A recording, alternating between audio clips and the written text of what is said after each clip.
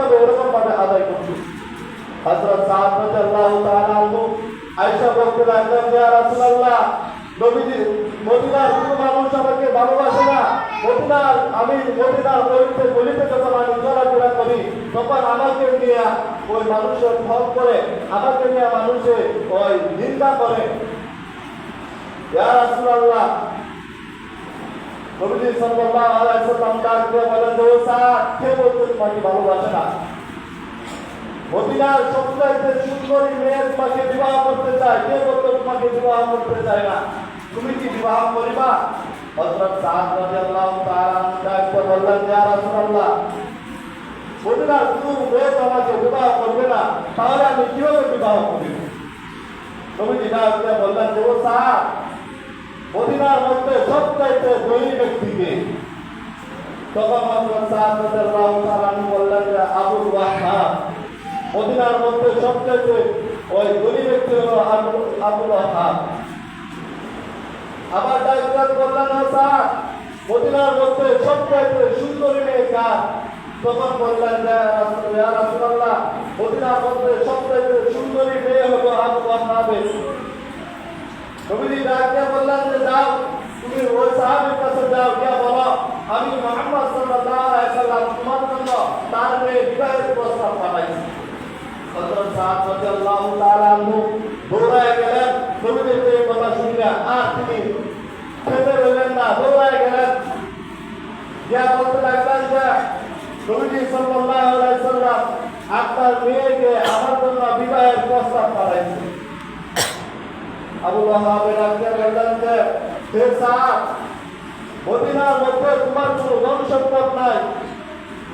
মদিনার মধ্যে সবচাইতে নিকৃষ্ট, সবচাইতে চেহারার আকৃতি, সবচাইতে নিকৃষ্ট চেহারা তোমার।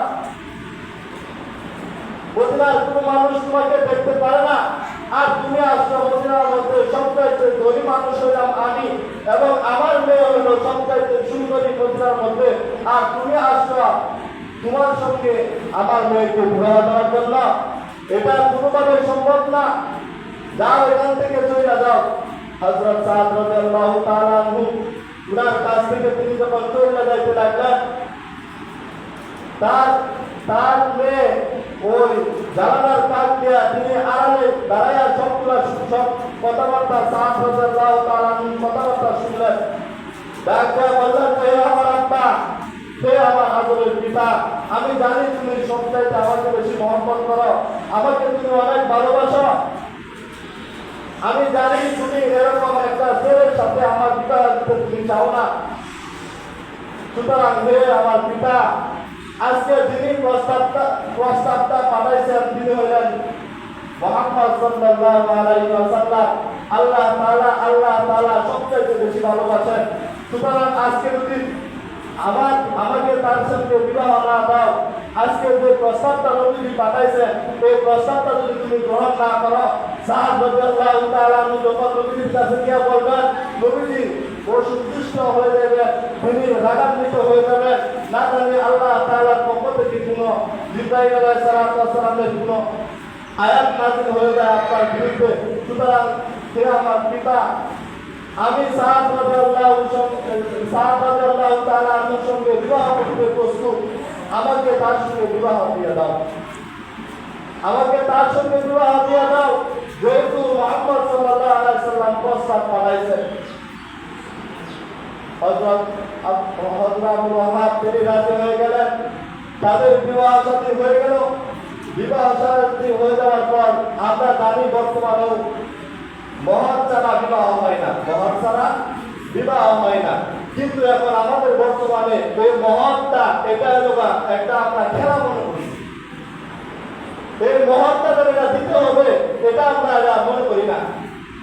বিবাহ সাথে আমার মেয়েকে বিবাহ দেওয়ার সময়, আমার ছেলেকে বিবাহ দেওয়ার সময় আমরা সবচাইতে বেশি কত টাকা দিতে পারবো এটা আমরা চিন্তা করি।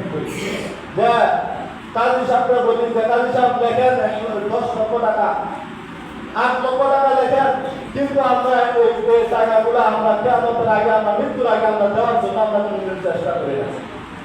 500-1000 টাকা আমরা দেই প্রথম দিন, দেওয়ার পরে আমরা ওই আমাদের স্ত্রীর কাছে বাচ্চা এলাই যে আমার কাছে টাকা পয়সা নাই, এটা হলো মহরটা হলো আপনার দিতেই হবে। আপনি যদি না দেন তাহলে কাল কিয়ামতের দিন আপনি ওই মহরের টাকার জন্য আপনাকে জান্নাতে দেওয়া হবে না। যেরকম ভাবে কেউ যদি আমার কাছে যেরকম টাকা পায়, আমি যদি ওই টাকার যদি আমি পরিশোধ না করি, তাহলে কাল কিয়ামতের দিন আল্লাহ তাআলা আপনাকে মাফ করবেন না।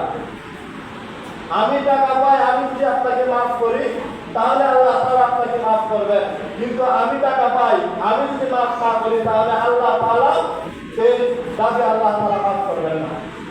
ওই মহরের টাকাটা এরকম, আপনার স্ত্রীকে আপনি দিবে, আপনার স্ত্রীকে আপনি বলছেন যে 50,000 টাকা মোহর দিবেন অথবা 1 লক্ষ টাকা দিবেন, 1 লক্ষ টাকা আপনার এটা মৃত্যুর আগে আপনার দিয়ে দিতে হবে, এটা আপনার ঋণ। যদি আপনি না দেন, মাফ চান, আপনার স্ত্রীকে আপনি দোয়া করলেন, দোয়া করার পর আপনি যদি ওই আপনার স্ত্রীকে আপনি বলেন যে আমার কাছে তো 1 লক্ষ টাকা মোহর ধার্য করছি, ওই আপনি 6,000 টাকা দিলেন, দেওয়ার পর বলবেন আমার কাছে তো আমার টাকা পয়সা এখন নাই, তাহলে তোমাকে আস্তে আস্তে দিয়ে দিব। কিন্তু এরকম দিয়ে দেওয়ার মধ্যে আপনার মৃত্যু হয়ে গেছে, অথবা আপনি মাফ চাই নিলেন। এখন আপনার স্ত্রী তো বাধ্য হয়ে, যেহেতু আপনার সঙ্গে বিবাহ হয়েছে, এখন এই 50,000 1 লক্ষ টাকার জন্য কিসে চলে যাবে, সে বাধ্য হয়, কিন্তু আপনার ঘরের মধ্যে থাকে। কিন্তু প্রত্যেকটা মেয়ে চাই যে মহরের টাকাগুলা ওই তাকে দেওয়া দেওয়ার জন্য। আপনি যদি মহরের টাকাগুলো আপনি দেওয়া দেন, ওই টাকাগুলো তো আপনাকেই দিবে, তাকে সে অন্য কিছু করবে, সে কি জমিটাই আলাদা দিয়ে যাবে, এই জন্য আমরা যখন আমাদের সন্তানদেরকে যখন বিবাহ করাবো, তখন অবশ্যই আমার সামর্থ্য অনুযায়ী আমরা মহর দান করব। তো আপনার বিবাহ নবীর কাছে এসে বললেন যে আমার কাছে তো কোনো মহরের টাকা পয়সা নাই। নবী সাল্লাল্লাহু আলাইহি ওয়াসাল্লাম আবার সাহাবীদেরকে নিয়ে কিছু মহরের টাকা পয়সা হযরত সাদ রাদিয়াল্লাহু